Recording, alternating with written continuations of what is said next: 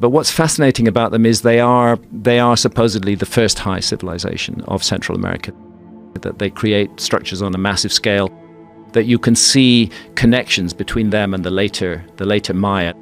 For the Maya, the Milky Way was a particularly important feature of the heavens. They conceived of it as the road that led to their netherworld, Xibalba. In the verdant lands of Central America, the ancient Maya civilization flourished with a mysterious brilliance that continues to captivate the world. Among the many enigmas they left behind, their profound understanding of astronomy stands as a testament to their intellectual prowess. Graham Hancock, a modern explorer of ancient mysteries, delves deep into this aspect of the Maya, proposing intriguing theories that stretch the bounds of conventional history. That whole mystery of the Mayan calendar was clearly inherited from the Olmecs. It wasn't something the Maya made up. The Olmecs used that same symbolism. So the Mayan calendar is actually an Olmec calendar. The Maya long count calendar, a marvel of ancient engineering, intricately tracked a 5,125-year cycle with astonishing precision. This calendar wasn't just a tool for marking time. It was a complex understanding of celestial cycles, intertwining the Maya's daily lives with the cosmos. Hancock suggests that this precision hints at a deeper, possibly inherited, knowledge of astronomy. Was this sophisticated understanding a legacy from a much older, now lost civilization? When one looks at the grandeur of Maya structures such as the pyramid at Chichen Itza, the brilliance of their astronomical alignment is striking.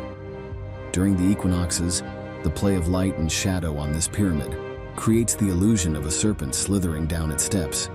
To Hancock, these architectural marvels are not just buildings, but celestial maps, echoing an advanced understanding of the cosmos. Orion was extensively involved in Mayan rebirth beliefs, which described the constellation and specifically its three belt stars as the turtle of rebirth. In Egypt, as amongst the Maya, the stellar context involves Orion and the Milky Way. The Maya's awareness of the ecliptic, the path followed by the sun, moon, and planets across the sky, further fuels Hancock's theories. Their ability to predict solar and lunar eclipses and track the movements of Venus, which they revered as the god Kukulkan, showcases their deep astronomical knowledge. Did they learn this from an older civilization? Hancock wonders. A civilization lost in the depths of time. Hancock theorizes that the Maya might have been part of a vast network of ancient civilizations, sharing knowledge across seas and continents. This global maritime culture, as he envisages, could have been a conduit for transferring advanced astronomical and architectural knowledge to the Maya. The architectural designs of the Maya, seen in their pyramids, temples, and cities, reflect a level of technological and engineering skill that seems almost ahead of their time. Were these skills handed down from a previous, more advanced civilization? The mathematical systems of the Maya, including their use of zero, a concept rare in the ancient world, were integral to their astronomical calculations. Hancock proposes that this mathematical sophistication, too, might be a legacy from a forgotten civilization. We're not what it's all about at all. That there may have been an earlier civilization that reached a high level of advancement, perhaps different from ours, but nevertheless an advanced civilization, which was just taken out of the story completely by a global cataclysm. In a tale woven from the threads of ancient mysteries, Graham Hancock, a modern-day seeker of lost truths, presents a fascinating theory. He imagines a world where an advanced civilization, predating the ancient cultures known to history, once thrived. This civilization, possibly flourishing before the last ice age ended around 10,000 BCE, was a beacon of knowledge in fields like astronomy, architecture, and mathematics. Hancock's story tells of a society whose influence stretched far beyond its own time and space, touching various corners of the ancient world, including the enigmatic Maya civilization. I think, and it's my case, that it wiped our memory of a previous episode of human civilization, that right at the epicenter of this cataclysm was a civilization that we would regard as advanced, not a simple hunter-gatherer civilization, which was utterly wiped out in this cataclysmic event. However, this ancient global society in Hancock's story faced a dramatic and catastrophic end. He hypothesizes that a cataclysmic event, such as a comet impact or a massive flood, nearly obliterated this civilization. But not all was lost. The survivors, carrying the torch of their advanced knowledge, ventured out into the world. These bearers of ancient wisdom found their way to other, less advanced societies and shared their knowledge, planting the seeds for new civilizations to grow. Among these were the Maya, who, in Hancock's view, may have been one of the many inheritors of this ancient legacy. Hancock points to the Mayas' remarkable architectural and astronomical achievements as evidence of this influence.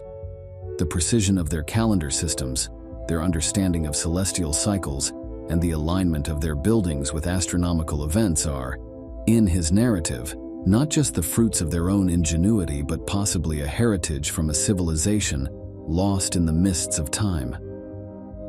He draws parallels between the architectural styles, religious beliefs, and astronomical knowledge found across various ancient cultures, suggesting these similarities might be remnants of a shared source of ancient wisdom. Because we now know that at that time, between 12,800 and 11,600 years ago, truly global cataclysmic events involving rapid rises in sea level did occur, and suddenly the worldwide tradition of a global flood stops being just a myth and starts being a memory. In a narrative that intertwines the mysteries of ancient seas with the Maya calendar, Graham Hancock, a storyteller of history's hidden chapters, brings to life his theories of a bygone era. He paints a picture of an ancient world, not fragmented by vast oceans, but connected through them. This world, according to Hancock, was home to a sophisticated global maritime culture. This culture, adept in the art of navigation and shipbuilding, embarked on extensive sea voyages, knitting together the far-flung civilizations of the ancient world. Hancock's tale is not just about the movement of ships, but also about the flow of ideas, technologies, and beliefs. He sees the similarities in architectural styles and construction techniques across different ancient cultures as whispers of a shared knowledge, possibly disseminated through this maritime network. In this story, ancient seafarers are the unsung heroes, ferrying not just goods but also the seeds of culture and religion across the world's watery expanse. He draws parallels with the Polynesian navigators, known for their remarkable oceanic voyages, suggesting that similar capabilities could have existed among these ancient maritime cultures. They're telling us that this lost civilization was submerged in a great flood around 11,600 years before our time. This is why I think we need to pay attention to the Atlantis story rather than just write it off as the ravings of the lunatic fringe. But Hancock's narrative takes an intriguing turn as he touches upon the mysterious Maya civilization and their long count calendar. This calendar, a sophisticated timekeeping system, tracks a cycle of approximately 5,125 years, culminating in a date that modern calendars align with December 21st, 2012. Hancock, weaving a tale from the threads of time, views this not as an apocalyptic end, but as a significant moment in Maya cosmology, a marker of major transition or transformation. In this story, the 2012 phenomenon is not a tale of doom, but a moment of cosmological significance, possibly indicating a shift in human consciousness or the dawn of a new era in human history. Hancock uses this moment to discuss the broader concept of historical cycles, how ancient civilizations understood and measured time, and their alignment with astronomical events such as the precession of the equinoxes and the galaxy's alignment.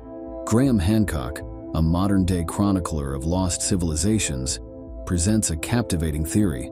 He tells a story of Earth's history punctuated by cataclysmic events, asteroid impacts, massive floods, and volcanic eruptions that have periodically reshaped the course of human civilization.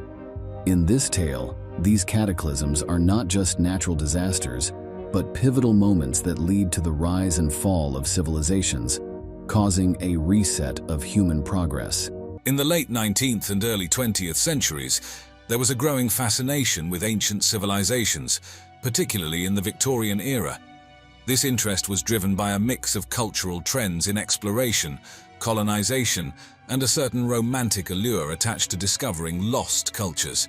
Major institutions like museums and universities, primarily in Europe and the US, started funding expeditions to unearth ancient artifacts and understand the history of indigenous civilizations in the Americas. It was a time when archaeology began to evolve from just hunting for treasures to a more scientific approach, focusing on careful excavation and detailed analysis. One of the things I've realized is that there is no classic Native American feature, that Native Americans are have a very complex genetic story with very many different elements brought into it, and we shouldn't be necessarily surprised by the supposedly non-Native American look. Interestingly, during this period, many artifacts, especially the colossal heads and stone structures found in the Olmec region, were often wrongly attributed to other well-known civilizations like the Maya or Aztec. This was largely because the unique aspects of Olmec art and iconography weren't immediately recognized, partly due to a lack of an overall framework to understand the region's history before Columbus. A couple of notable explorers, John Lloyd Stevens and Frederick Catherwood, played a significant role in stirring up interest in Mesoamerican cultures with their explorations and writings, particularly their books on travels in Central America and Yucatan. Their detailed accounts and illustrations captured the public's imagination, sparking a wave of interest in these ancient cultures. While they mainly focused on the Maya, their approach to systematically document their findings and blend travel narratives with scholarly observations greatly influenced future archaeologists studying Mesoamerica. It's been known by archaeologists for quite a long time that there are anomalous skulls in parts of Brazil, which appear to show very strongly Polynesian or African features, very much like the features that we see on the Olmec heads. Around this time, there was also a trend in comparative archaeology, where discoveries from different parts of the world were compared, helping to place Mesoamerican civilizations in a global context. Museums began to transition from just storing artifacts to becoming centers of research and education, playing a crucial role in spreading knowledge about ancient cultures. This era also marked the start of interdisciplinary approaches in archaeology, integrating fields like anthropology, linguistics, and early forms of environmental science. This broader, more inclusive approach helped in piecing together a more comprehensive understanding of ancient civilizations, including the intriguing and complex Olmec culture. Back in the late 19th and early 20th centuries, when Western archaeologists were exploring Mesoamerica, they started coming across these massive stone heads. Some of them were over 9 feet tall and weighed several tons, with distinctive features like flat noses and fleshy cheeks, often adorned with helmet-like headgear. But here's the thing. Despite their impressive size and unique features, their true cultural significance wasn't immediately understood. They're most famous for is these huge carved human heads, which can be on a scale of up to 20 to 25 tons, which have curious features, which have been interpreted variously as Polynesian, African, don't look like classic Native American features. One of the earliest significant findings was made by José Melgari Serrano in 1862 at Tres Zapotes in Veracruz. He unearthed what we now know as one of the first Olmec colossal heads. Melgari Serrano even described the head as having Ethiopian features, which tells us a lot about the perceptions and biases of that era. But, and this is crucial, his discovery didn't really spark a broader understanding of the Olmec culture right away. For a long time, these heads were seen more as intriguing oddities rather than pieces of a larger cultural puzzle. It took several decades and a lot more digging before the significance of these heads truly began to be appreciated. Initially, many people thought these artifacts might belong to other known civilizations, like the Maya or Aztec, because the idea of the Olmecs being a distinct, early Mesoamerican civilization hadn't quite taken shape yet. It wasn't until the mid-20th century, with more systematic excavations led by archaeologists like Matthew Stirling, that the true picture began to emerge. They found more colossal heads and other artifacts, and this really helped to establish the Olmecs as a significant and influential civilization in their own right, predating and possibly even influencing others like the Maya and the Aztecs. Back in 1945, a really important expedition took place, led by this guy named Matthew Stirling. He and his team headed to San Lorenzo, right in the heart of what was once Olmec territory. This wasn't just any random adventure. It was a big deal because the Smithsonian Institution was backing it. They saw the potential in figuring out more about the Olmec sites, which could really shed some light on Mesoamerican prehistory. Before Stirling got there, there had been some poking around in the area. mostly because people kept finding these huge stone heads. These finds were intriguing but didn't quite give the full picture.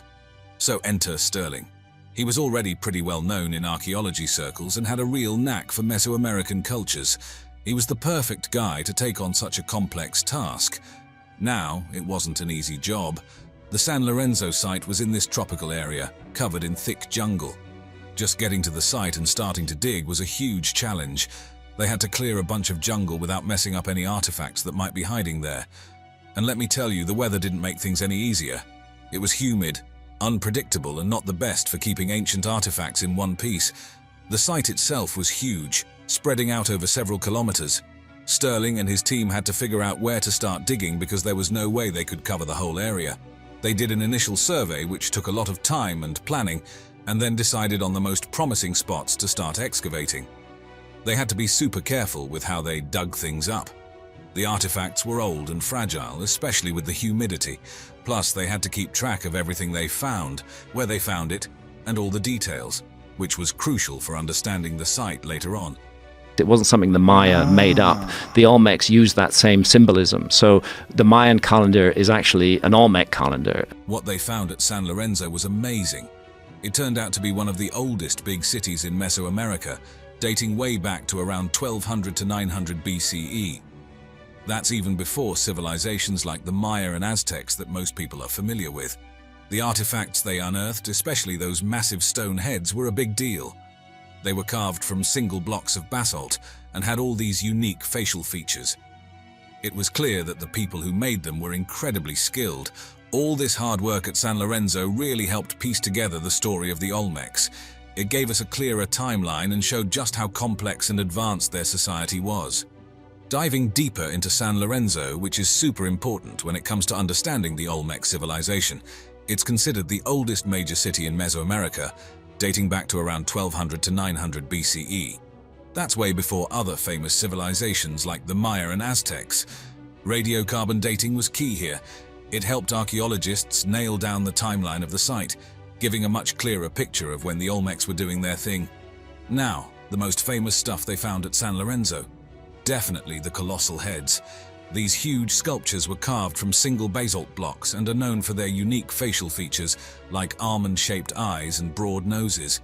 A lot of them have these intricate headdresses too, which might have been a sign of high status or had some ceremonial purpose. But there's still a lot of debate about what all the symbols mean. The size of these heads is just mind-blowing. Some are up to 3 meters high and weigh around 50 tons.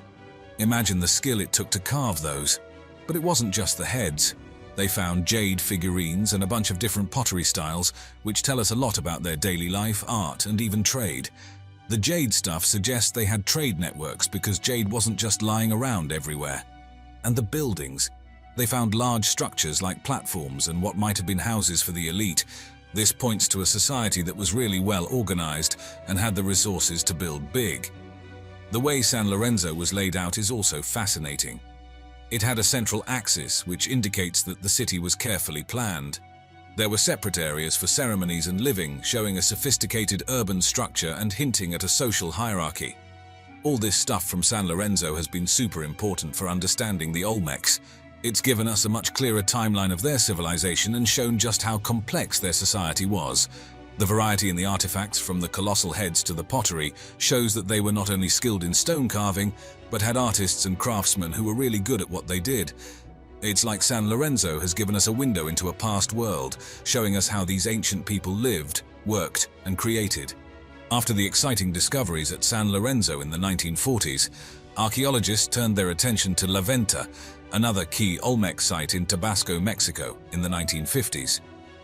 This shift was a big deal because La Venta offered a new window into the Olmec world.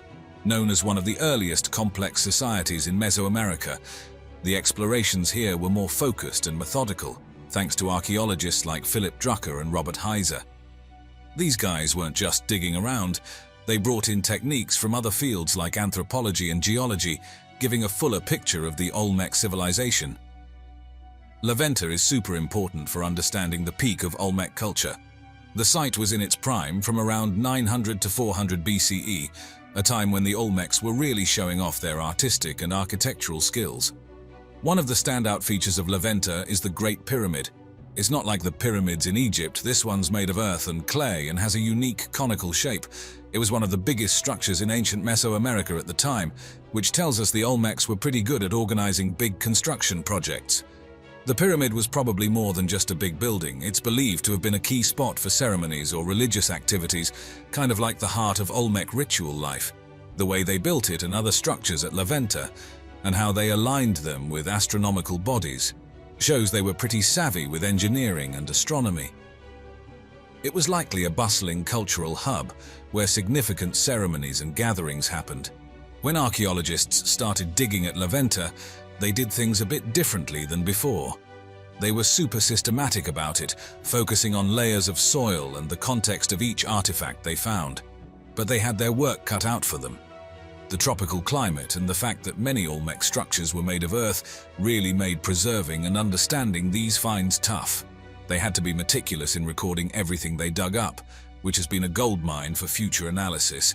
Now, just like at San Lorenzo, La Venta is famous for its massive basalt heads. Carved from huge boulders, these heads are thought to be representations of Olmec rulers or other big shots in their society. But there's more. The site is full of altars with intricate carvings showing people, animals, and all sorts of symbolic scenes. It's like getting a glimpse into their mythology and rituals. And then there's the jade. La Venta turned up loads of jade artifacts, from beautifully carved figurines to celts. These weren't just pretty things to look at. They showed how skilled the Olmecs were and hinted at long trade networks, since jade wasn't just lying around nearby. But here's where it gets really interesting. The burial sites they found were complex, with all kinds of elaborate practices. They also found mosaic pavements made of serpentine and various offerings, which likely had deep religious meaning.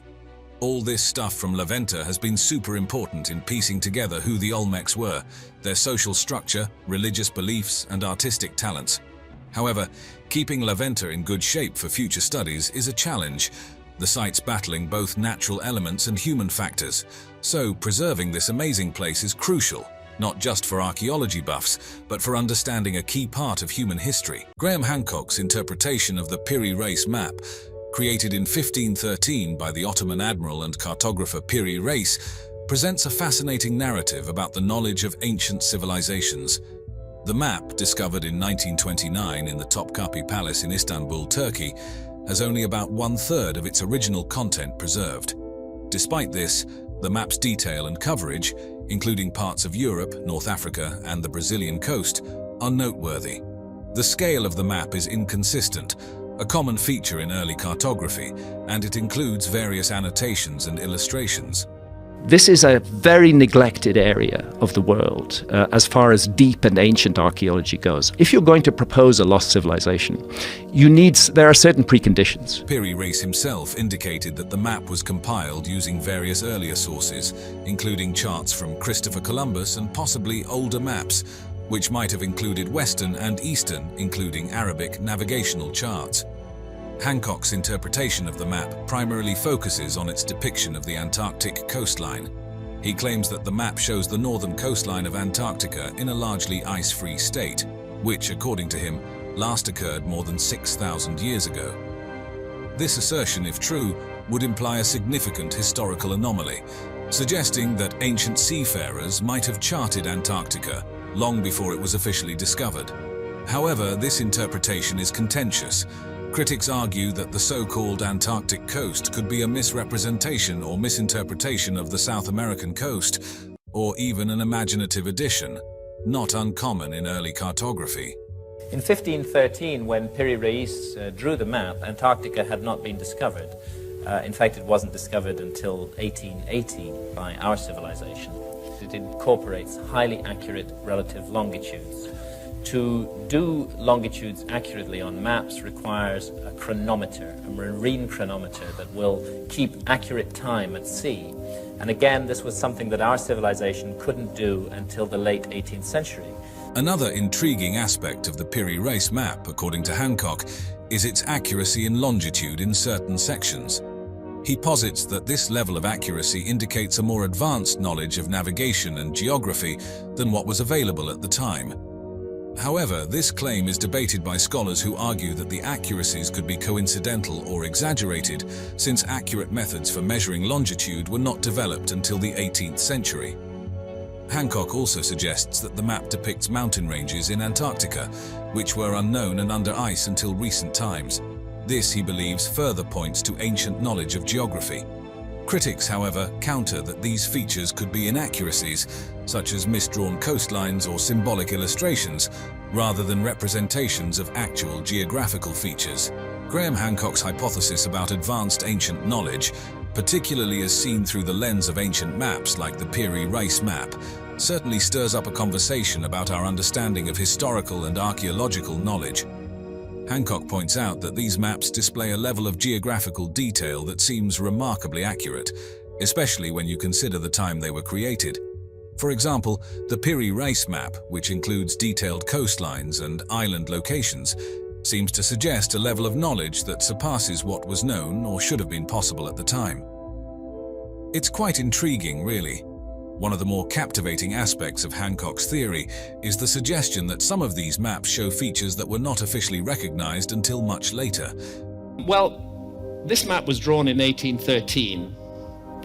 It's the Pinkerton World Map. And it's based on the latest science available in 1813. So Antarctica isn't there. Why isn't Antarctica there? Because it's an honest map. They hadn't discovered it in 1813. So it's very odd, in my view, that Antarctica appears on much older source maps, which themselves are based on even older source maps. Take, for instance, his interpretation of the Antarctic coast as depicted on the Piri Reis map, a region not known in the 16th century. This leads Hancock to speculate that these maps could have been based on even older sources, possibly from a forgotten civilization that had extensively charted the globe. It's as if he's hinting at a lost chapter in human history, one that recorded the Earth with surprising accuracy and detail. When we dive into the technological implications of his theory, things get even more interesting. Hancock suggests that the creators of these original source maps must have had advanced navigational skills, including the accurate measurement of longitude. A significant challenge that wasn't resolved until much later with the invention of marine chronometers in the 18th century. The precision in these maps, particularly in terms of latitudinal and longitudinal readings, implies a level of cartographic sophistication that seems out of place in the historical timeline as we understand it. It's as if these mapmakers had tools and knowledge that history says they shouldn't have had. Graham Hancock's ideas about the loss and transmission of ancient knowledge are quite captivating, weaving together a narrative that stretches across time and civilizations. He proposes that a wealth of geographical knowledge, once possessed by an advanced ancient civilization, was largely lost due to cataclysmic events or perhaps the gradual decline of this civilization.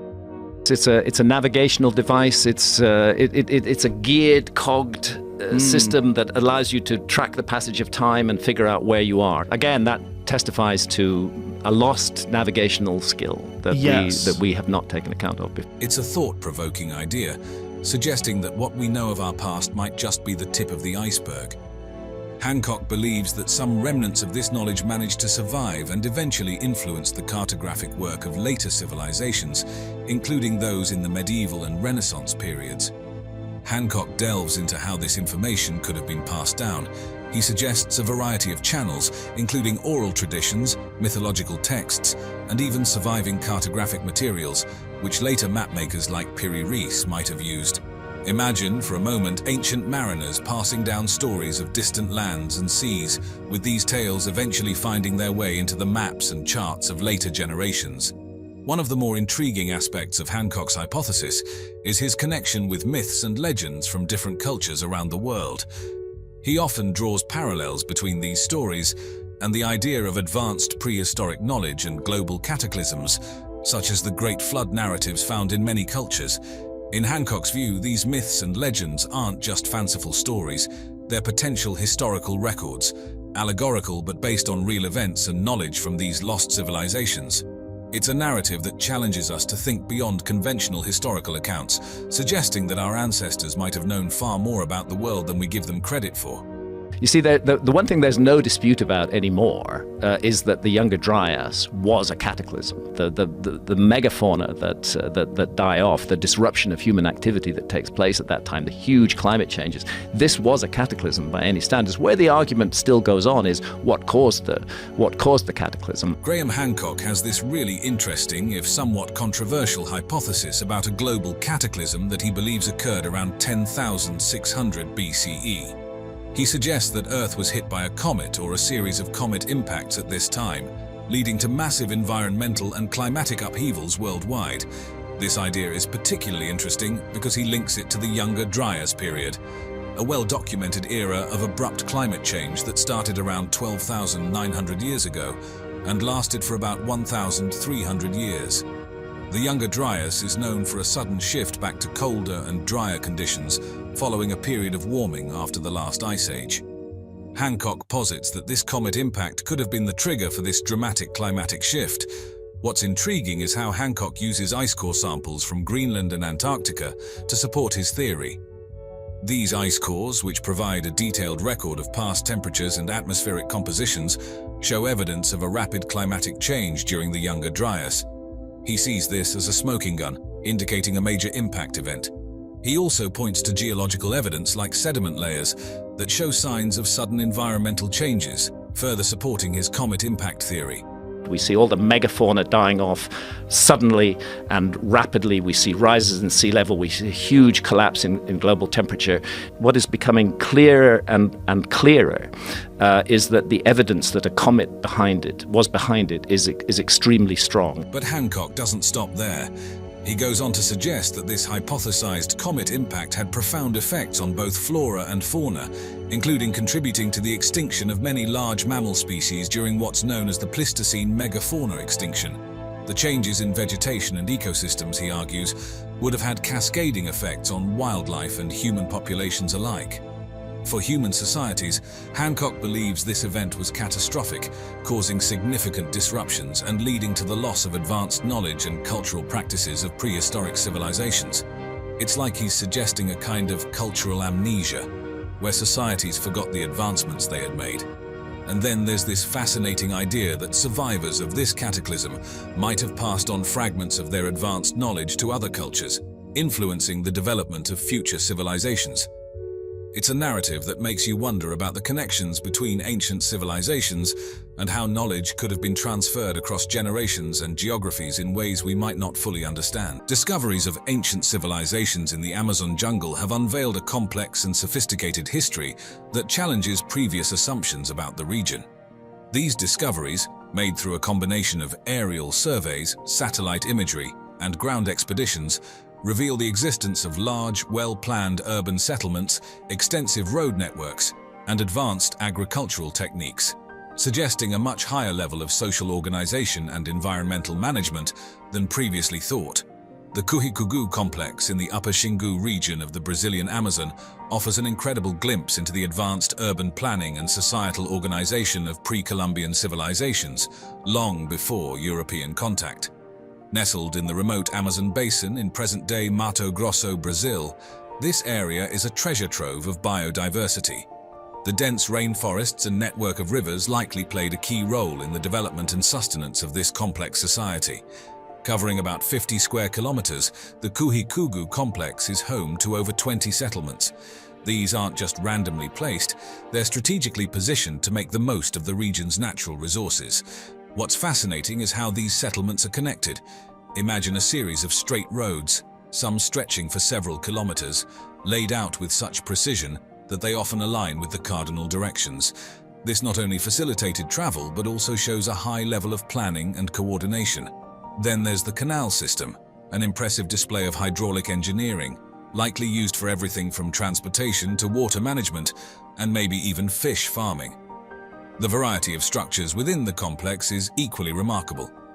From large public buildings and ceremonial spaces to individual homes, the architecture reflects a hierarchy in building techniques, hinting at different social or functional roles within the society. And speaking of society, estimates suggest that at its peak, Cuhicugu could have supported a whopping 30,000 to 50,000 people, This is deduced from the sheer number of residential structures and the expanse of agricultural land. Along the Amazon, he reported seeing incredible cities, advanced arts and crafts, millions of people, a thriving culture. The rediscovery of the Cuhigugu complex in the Amazon is a fascinating story that blends modern technology with traditional archaeology. Initially, this hidden gem was revealed through aerial surveys and satellite images. Imagine flying over the dense Amazon rainforest and suddenly spotting the outlines of an ancient civilization. Then, archaeologists like Michael Heckenberger and his team took over, conducting extensive ground excavations. They employed advanced techniques like LiDAR, which is like X-ray vision for archaeologists, to see through the forest canopy and map the area accurately. Now let's talk about how old this place is. Using carbon dating, a method to tell the age of artifacts and soil, scientists figured out that people lived in the Cuhigugu complex for several centuries, dating back to as early as 800 AD. They found all sorts of things like pottery, stone tools, and ornaments, giving us a glimpse into the daily life and creativity of the people who lived there. Here's the kicker. Before finding Cuhigugu, many thought the Amazon was mostly an untouched wilderness before Europeans arrived. But this discovery turned that idea on its head, showing that the area was home to a large and complex society. It's like finding a hidden chapter of history in your backyard. This place shows us that humans had a big impact on the Amazon, way earlier than we thought. They even made their own super fertile soil called terra preta, which is still rich and productive today. What's really cool about Cuhigugu is how it shows that the people there knew how to live sustainably. They had advanced farming practices, managed water well, and lived in harmony with their environment. It's like they were eco-friendly before it was trendy. This discovery also made us rethink the role of indigenous societies in the Amazon. It turns out they knew a lot about how to manage the land and shape the landscape. It's a reminder of how important it is to value and learn from indigenous knowledge. And lastly, the biodiversity in the Amazon today might partly be thanks to these ancient civilizations. The variety of plants near these archaeological sites is way more than in other areas of the forest. The Amazon is basically a garden. The Amazon is a man-made rainforest. There are certain trees like Brazil nut trees or the ice cream bean tree, which are food crops, which are very, very valuable. Marajo Island at the Amazon River's mouth is like a time capsule that takes us back to the Marajoara culture, a sophisticated civilization from around 800 to 1400 CE. Imagine an island almost as big as Switzerland, right at the meeting point of a river and the ocean. This place, with its mix of forests, savannas, and wetlands, is not just big but also incredibly diverse. It's the perfect backdrop for the Marajoara people to thrive, providing everything from food to resources for their unique lifestyle. Now, the Marajoara culture is something special. They were known for their artistic flair, especially their ceramics. Picture pots and plates with intricate designs, complex patterns, and images of animals and people. They weren't just making these for fun. Their ceramics were a big part of their culture and beliefs, like the large, beautifully decorated urns they used for burials. These suggest they had quite complex ideas about life, death, and everything in between. But it's not just their art that's fascinating. They built these massive earthen mounds, some over 10 meters high. Think about that. That's like stacking 3 buses on top of each other. These mounds were probably used for everything from homes to ceremonial sites, and might have even protected them from the frequent floods. This shows they were pretty savvy engineers and architects, adapting to their challenging environment in style. The way they organized their society was also quite something. It seems there was a clear hierarchy, with some people leading the way in managing resources and religious practices. And they had different roles for men and women, which we can figure out from the things they left behind. Now let's talk about their farming skills. They were ahead of their time, creating raised fields to keep their crops safe from flooding. Their diet was a mix of what they grew, along with fish and game from the surrounding area. And they were smart about managing water with their canals and ditches, which was pretty crucial in a place that floods a lot. Santarém, right where the Tapajos meets the Amazon River, is a fascinating place, especially when you think about its history. This spot was like the Grand Central Station of its time, bustling with trade and culture. Picture boats coming in and out, carrying all sorts of goods and ideas from different parts of South America. The area around Santarém was rich in resources, which helped the settlement thrive. Now, the people of Santarém were known for their incredible pottery. We're talking about really intricate designs here, geometric patterns, pictures of people and animals, and even mythical beings. The level of detail in these pots and plates is just mind-blowing. And it wasn't just about looking good. These designs tell us a lot about their culture and beliefs. The way they made this pottery was pretty advanced too. They had techniques for molding, firing, and painting that were way ahead of their time. The variety of colors and the way they used glazes show they really knew their stuff when it came to chemistry and kiln construction. It's like they were the master chefs of pottery, knowing exactly how to cook up the perfect piece. Santarém was more than just a local market. It was a cultural hub. The different styles and motifs in the pottery suggest they were mixing it up with all sorts of cultures. And it wasn't just goods they were trading. They were probably swapping stories, ideas, and practices too. The town itself, from what we can tell from the ruins, was pretty well organized. They had different areas for living, working, and probably for community gatherings or ceremonies. It's like they had their own little urban planning going on. But back to the pottery, it's not just about how it was made, but what it tells us about the people of Santarém. It gives us a peek into their daily lives, what they valued, and how they connected with others. The geoglyphs in the Amazon, especially in the Brazilian states of Acre and Rondônia, are like a secret world that's been hidden under the dense forest canopy for centuries. It wasn't until the late 20th and early 21st centuries, mostly because of deforestation, that these incredible earthworks started to come to light, thanks to technology like satellite imagery and LiDAR, which is basically like having X-ray vision from space. Over 450 of these geoglyphs have been mapped. This discovery has completely changed our view of how people lived in the Amazon before Columbus. Now, these aren't just a few lines in the dirt. We're talking about huge designs that can stretch over a kilometer and cover several square kilometers. They come in all sorts of shapes: circles, squares, rectangles, and more intricate forms. Some even have patterns like radial spokes which add to their complexity. The sheer size of these geoglyphs hints at a society that was really well organized and could bring together a lot of people to create these massive works. But how did they make them? Well, they would remove the top layer of soil and vegetation, revealing the lighter-colored earth underneath. This contrast made the design stand out when viewed from above.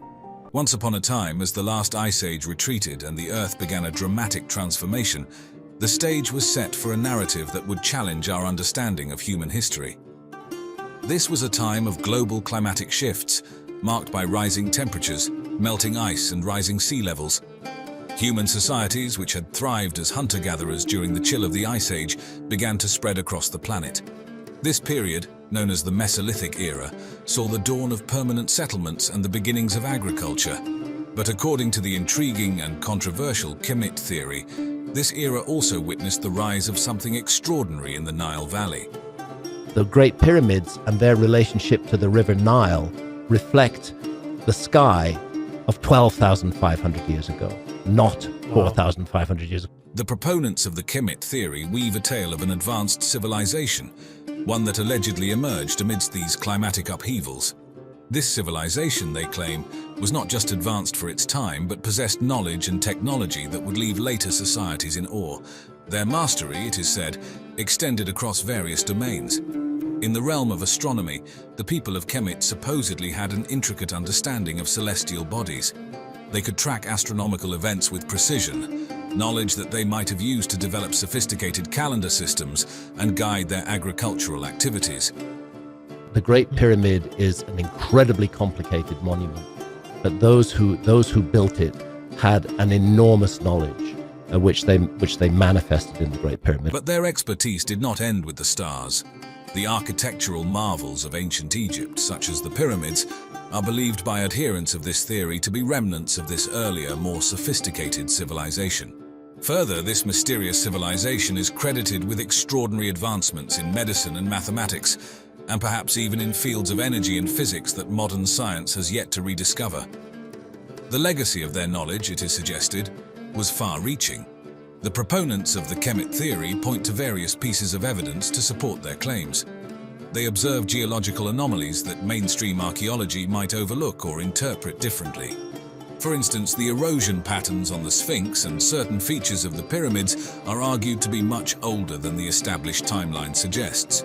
the Great Sphinx was subjected to about 1,000 years of heavy rainfall, and that's the only time you find that heavy rainfall on the Giza Plateau is the Younger Dryas, between roughly 12,800 and 11,600 years ago. You certainly didn't find it 4,500 years ago when the Sphinx was supposed to have been made.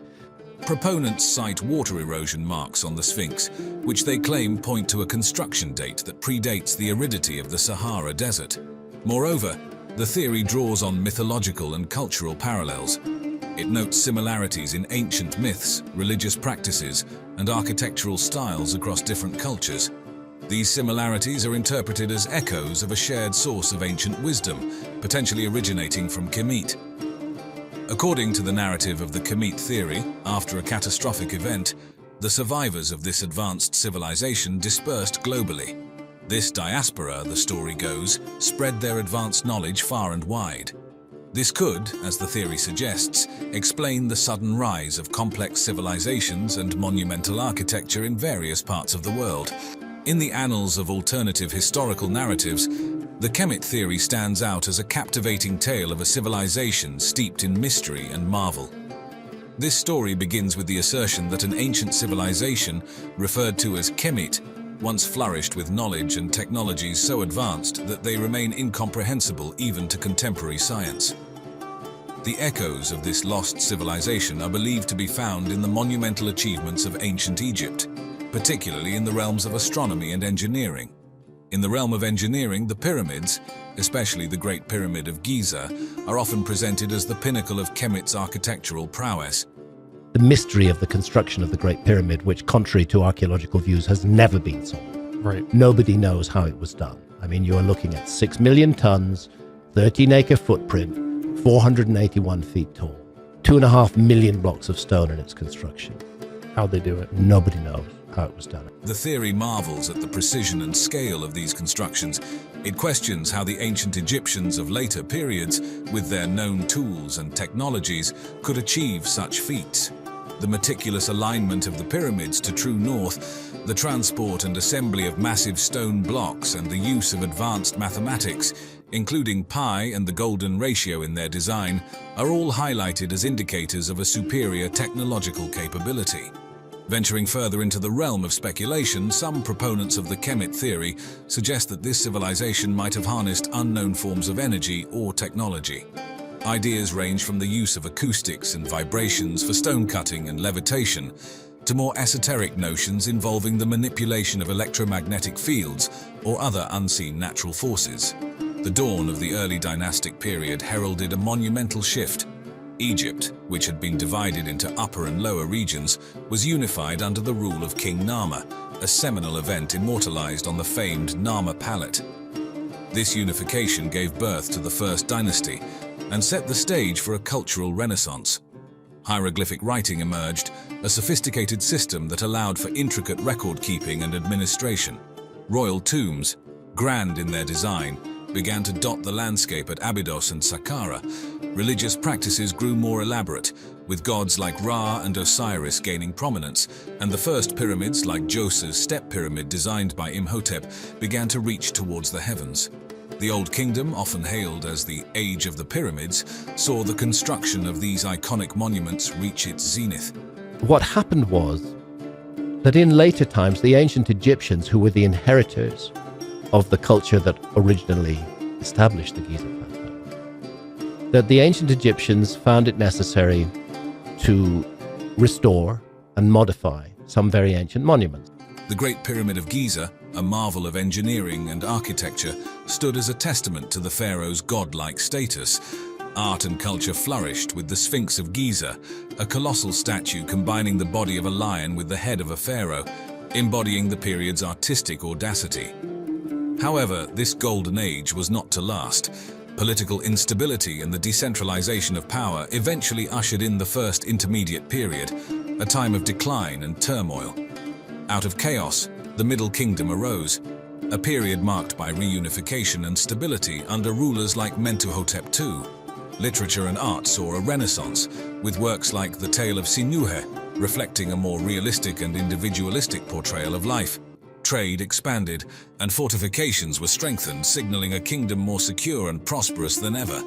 The New Kingdom heralded an era of empire building, with Egypt's influence stretching from modern-day Syria to Sudan. This was the age of famous pharaohs like Hatshepsut, Akhenaten, Tutankhamun, and Ramesses II. Akhenaten's radical attempt at religious reform, introducing monotheistic worship of Aten, marked a brief but significant departure from traditional beliefs. Architectural achievements reached new heights, with the construction of grand temples at Karnak and Luxor, and the creation of the Valley of the Kings. Following the New Kingdom, Egypt entered a period of decline. The Third Intermediate Period was characterized by political fragmentation, and the late period saw foreign invasions and rule by Nubians, Assyrians, and Persians.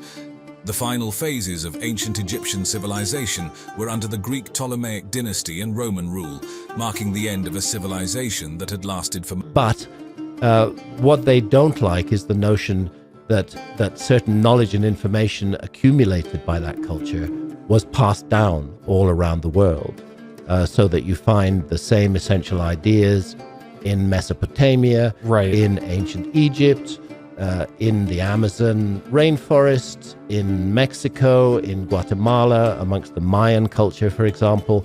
The same essential ideas are being repeated. The traditional Egyptology timeline reveals a civilization of incredible depth and complexity. From their architectural feats to the intricacies of their religious beliefs and social structures, the ancient Egyptians left an indelible mark on human history. Their story, woven into the fabric of the Nile's fertile valleys, continues to captivate and enlighten, a testament to the enduring legacy of one of the world's most remarkable civilizations.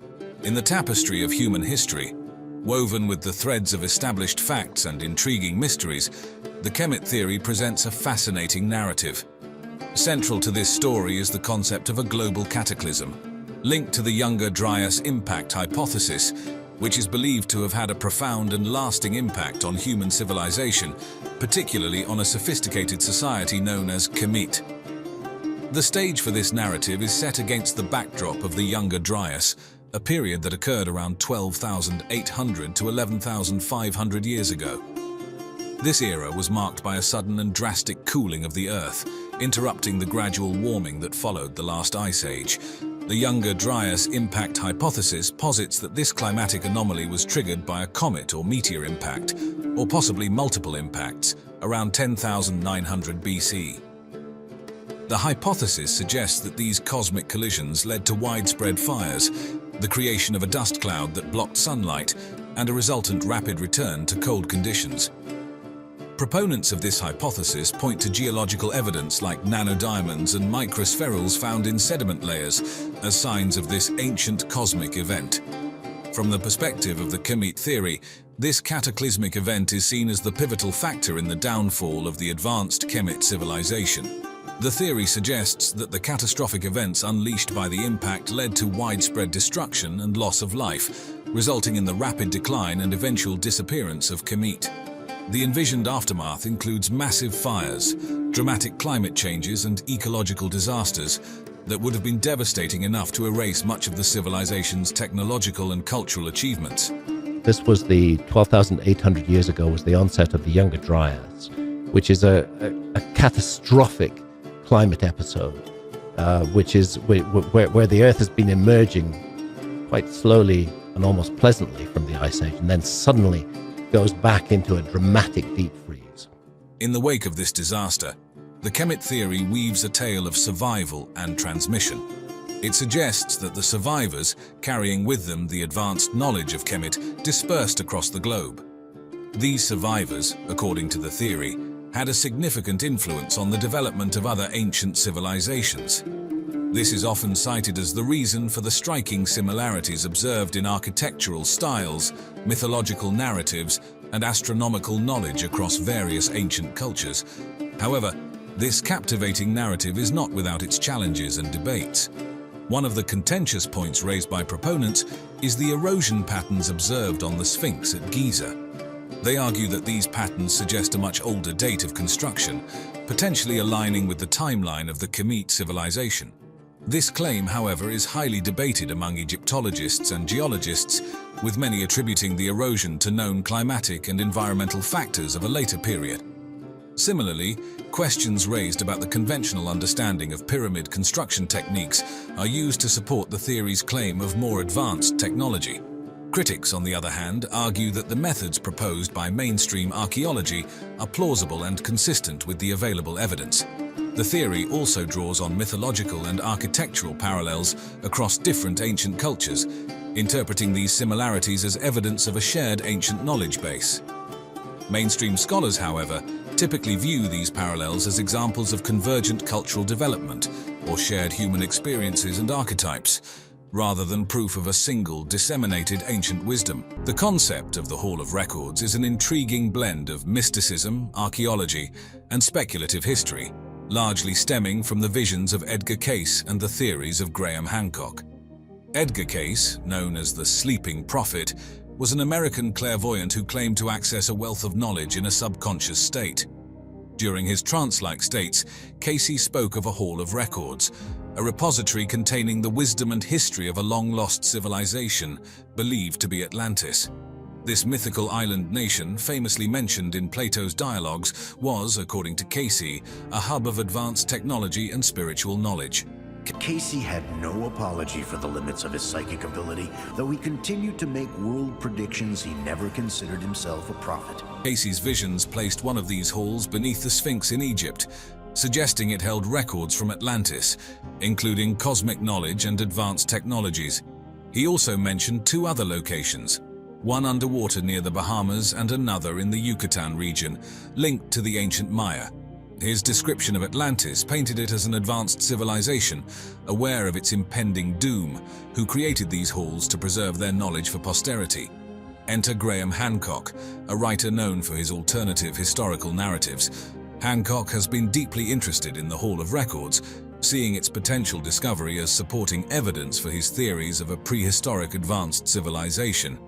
I think the key thing is we're looking at technologies that are not the same as ours. Yes. And that's partly why archaeologists can't see them, because they're looking for us in the past, and they're not open to the possibility that there are whole other kinds of technology that could be used. He believes this civilization existed during the last ice age and was lost to a global cataclysm. For Hancock, the Hall of Records isn't just a mythical concept, but could be a real repository of lost knowledge. He speculates that it might contain detailed astronomical data and advanced technologies that could challenge our understanding of ancient civilizations.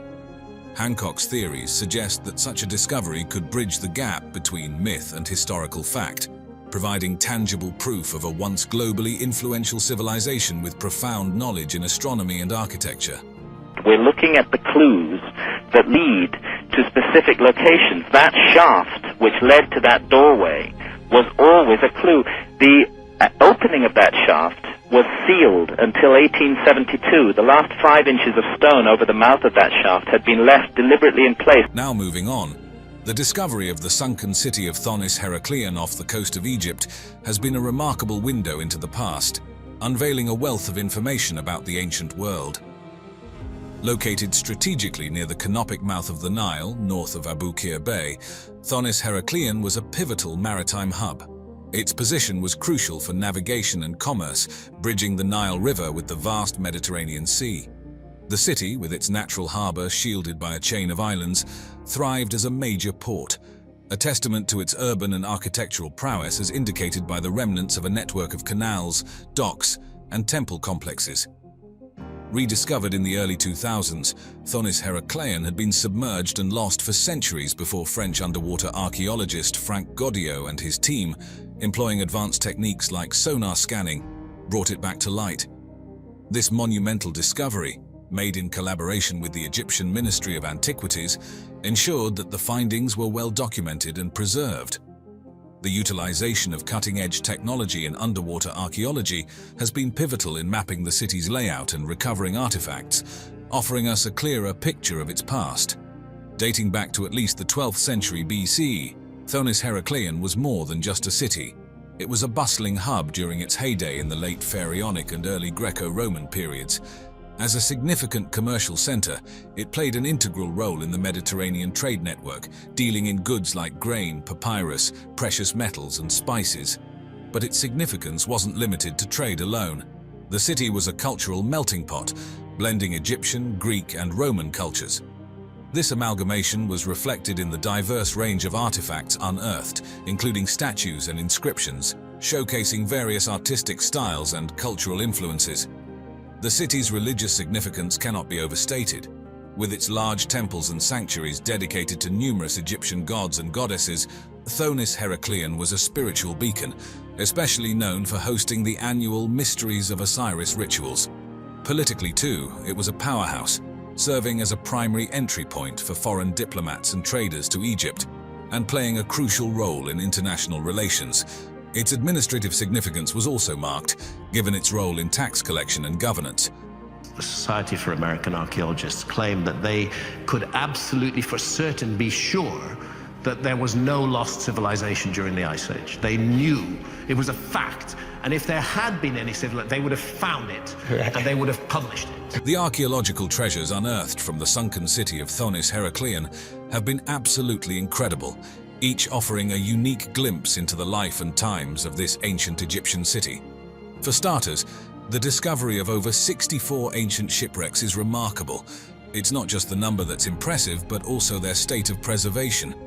These wrecks are like time capsules, giving us a real sense of the maritime activities that once buzzed in this port. They tell us about the shipbuilding techniques of the era, how these vessels were designed, constructed, and the materials used. The diversity of ships, from grand cargo vessels to smaller boats, paints a picture of a bustling harbour engaged in a wide range of maritime endeavours, and the cargo remnants, including amphorae and various trade goods, speak volumes about Thonis Heracleion's extensive trade network. Then, there are the anchors, about 700 of them. This is unheard of in underwater archaeology and speaks to the sheer scale of the port's operations. The size and design of some of these anchors suggest they were used by large, heavy ships, showcasing the port's capacity and technological prowess at the time. The materials used, stone, metal, reflect not just the resources available but also the level of craftsmanship and maritime technology of the period. The statues they found are simply awe-inspiring. Imagine coming face to face with a 16-foot-tall statue underwater. These statues, representing gods, goddesses, pharaohs, and perhaps significant city figures, give us a window into the religious and political life of Thonis Heracleion. Made from granite and diorite, they're not just huge, they're also beautifully crafted, a testament to the city's wealth and its cultural significance. Gold coins are another major find. The substantial quantity of coins discovered indicates the city's economic prosperity. These coins span across various eras and rulers, providing a timeline of the city's prominence and its connections in trade. They're solid proof of Thonis Heracleion's active role in regional and international trade networks. You have to be careful when you look at underwater structures. You have to look at all the conditions that have led to their submergence. And in some cases, it's very clear that they've been underwater for a very, very, very long time indeed. Thonis Heracleion is like a treasure trove for anyone fascinated by ancient civilizations. The way this city was laid out tells us so much about the people who lived there and their advanced understanding of urban planning. They had a network of canals, roads, and buildings, all systematically arranged, which is pretty impressive when you think about how old this city is. These canals were crucial for transport and trade, functioning like water-based roadways. It's amazing to imagine boats navigating these waterways as part of daily life in the city. Then there's the city's architecture, particularly its temples. Thonis Heracleion wasn't just a trading hub, it was a religious center too. The temples there were dedicated to various deities like Amun and Heracles, showcasing the religious diversity of the time. These weren't just simple structures, they were architecturally grand, with large columns, statues, and intricate carvings. It's fascinating to think about how these temples were not only places of worship, but also centers for social and cultural activities. They played a significant role in the daily life of the city. The city's role as a cultural hub is further highlighted by the artifacts found there, which show a blend of Egyptian, Greek, and Roman influences. I think we're looking at something from Alexandria here. Yes. Yeah, we are. I've dived there as well. That's inundated not because of sea level rise, but because of subsidence of the Nile silts. Moving on to more underwater locations in Egypt, Cleopatra's Palace in Alexandria is truly a fascinating subject, especially when you dive into its location, historical context, and the treasures it held. Nestled in the eastern harbor of Alexandria, the palace was not just any royal residence. It was located in the most prestigious part of the city, known as the Royal Quarter. This was where the heart of political and cultural activity in the Ptolemaic period beat the strongest. Now think about Cleopatra Severine, the figure to whom this palace belonged. She was the last pharaoh of the Ptolemaic kingdom, renowned for her intelligence, charisma, and her liaisons with figures like Julius Caesar and Mark Antony. The palace, from its architecture to its contents, was a reflection of her power and prestige. Imagine a grand structure combining traditional Egyptian and Hellenistic architectural elements with lavish decorations and intricate detailing. It wasn't just a place to live, it was a statement of power and culture. The palace was probably filled with lush gardens and courtyards, offering a peaceful retreat in the midst of a bustling city. And given Alexandria's reputation as a center of learning and scholarship, it wouldn't be surprising if Cleopatra's palace housed extensive libraries and study areas. This would have been a place where the intellectual elite of the period gathered. The grand reception halls in the palace would have been venues for diplomatic events and political discussions, playing a crucial role in the international politics of the era. The artifacts and architectural elements discovered from this palace are like pieces of a historical puzzle. Statues, possibly depicting Cleopatra, Ptolemaic rulers, and Egyptian gods, made from materials like granite and basalt, give us a glimpse into the artistic excellence of the time. The columns and other architectural fragments found at the site tell a story of opulence and artistic fusion, where Greek and Roman influences blended with Egyptian motifs. And then there are the sphinxes, symbolizing royal power and religious significance, perfectly illustrating the cultural synthesis that was characteristic of the Ptolemaic period. These discoveries are not just about Cleopatra's personal tastes. They provide a deeper understanding of the Ptolemaic society during her reign. The blend of Egyptian, Greek, and Roman elements found in the palace's architecture and artifacts reflects the rich cultural diversity and exchange that occurred under Cleopatra's rule.